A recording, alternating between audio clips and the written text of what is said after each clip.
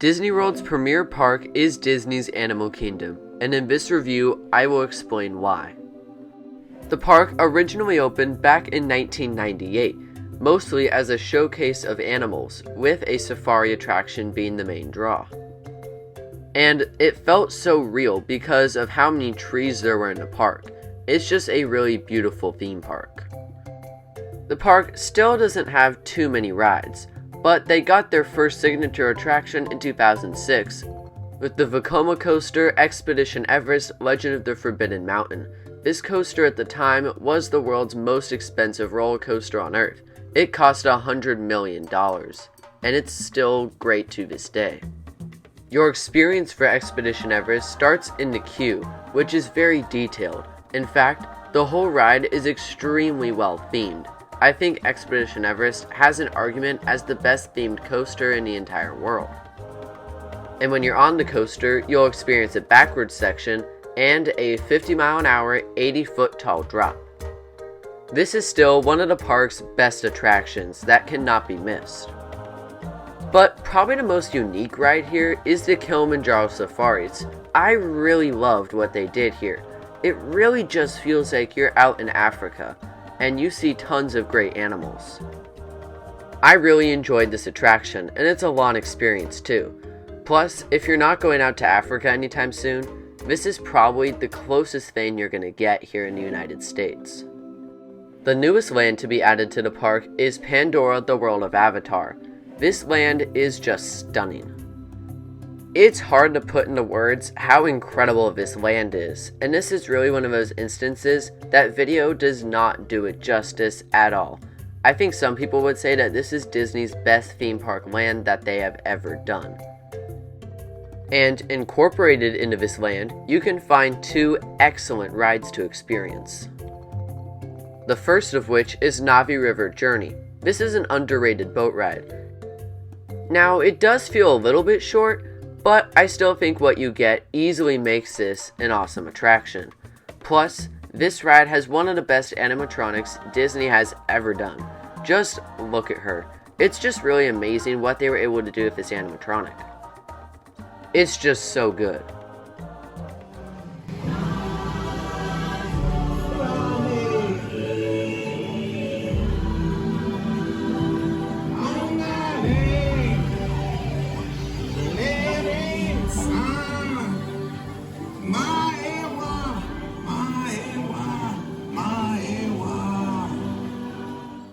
The other ride you can find in Pandora is Avatar Flight of Passage, and I gotta be honest, this ride is so incredible.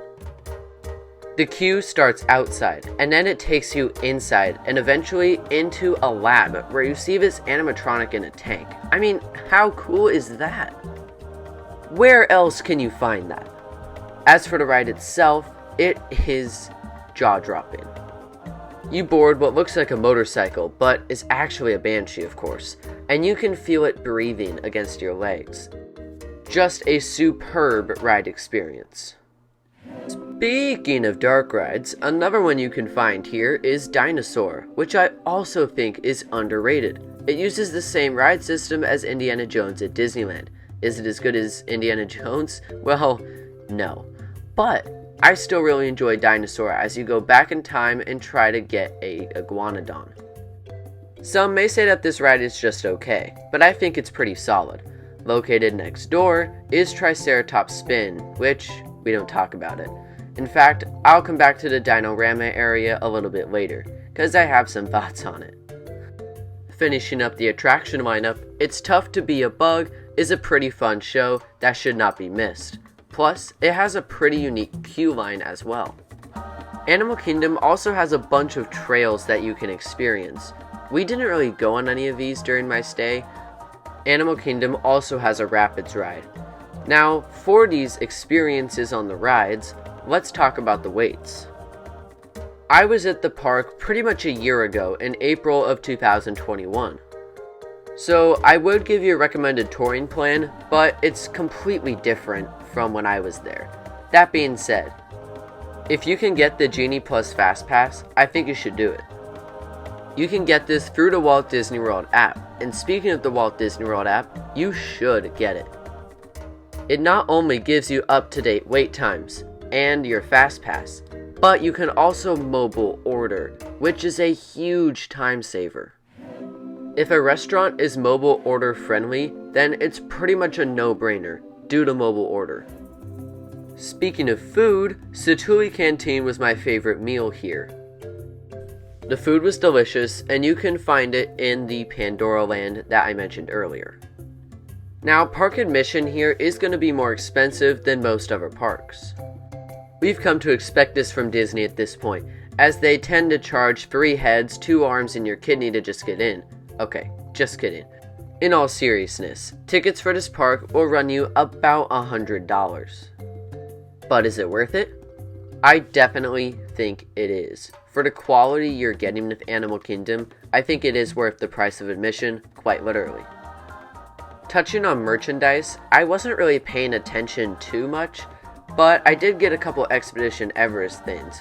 Other than that though, it seemed like they had a pretty good selection. You exit most rides through a gift shop, so if you're worried about not spending enough money, well, don't you worry, there's plenty more opportunities to spend money. Now, sometimes park layouts are confusing. I didn't find this to be the case at Animal Kingdom. I don't remember getting turned around or lost or anything like that during my experience. It's always really nice when you don't have to worry about getting turned around, confused, and just that in and of itself can make your experience not nearly as good at a park. But with Animal Kingdom, you should not have to worry about that. And as a general statement, this park is very nice to walk around. There are trees everywhere, so there's plenty of shade on most of the midways. I know all theme parks are a concrete jungle, but Animal Kingdom doesn't really feel like one because of the abundance of trees. This is a nice change of pace from so many other parks out there. And that, in turn, helps this park's atmosphere, which I think with the beauty, the rides, and the music, makes a superb atmosphere when you're walking around the park. Now let's talk about another important thing, the customer service. Disney is pretty much known at this point for having great customer service, and they deliver at Disney's Animal Kingdom. This leads me to the operations. The operations on the rides here are really good. That also goes for food service. Unless a ride is broken down, then you should not be standing still. You're pretty much always going to be moving at a consistent rate.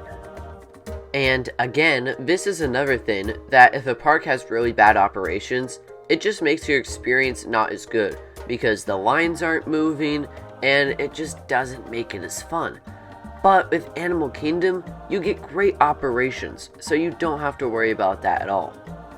Another thing that enhances your stay is the loose article policy. So why do I say that? Well, on pretty much every attraction, you just keep your stuff with you during the experience. You put it at your feet or even can just hold it throughout the ride.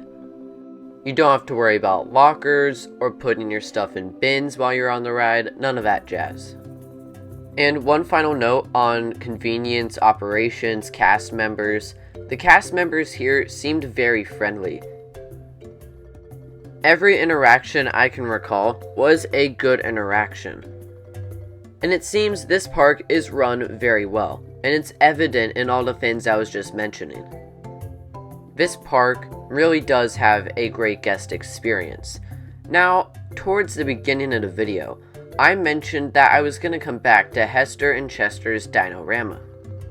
Hester and Chester's Dino-Rama is a carnival sort of section, which, if they were trying to make it feel like a carnival, they did a very good job. But I don't think the carnival theme fits well at Animal Kingdom. To me, this area seems wildly out of place, and I think eventually it should be removed and replaced with something else. And I think a good ride to replace this section would be a Vekoma Suspended Family Coaster. This would not only give the land great kinetic energy once again, but it would also give the park a more family-friendly coaster. Everest is going to be too intense for some kids with that backwards helix especially, which pulls some good G's. What you're seeing here is Dragon Flyer at Dollywood, which I think something like this would be perfect. Also, we know Disney loves to work with Vekoma, and these are Vekoma coasters. So I think this has an outside chance of happening, but I wouldn't bet on it. but this is just what I would do.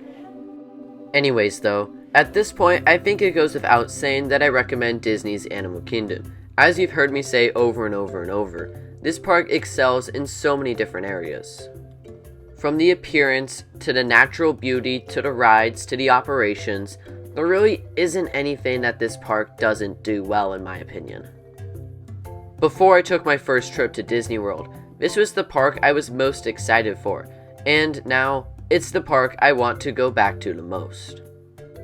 So there you have it, my review for Disney's Animal Kingdom. Thank you all for watching, and I'll see you all next time.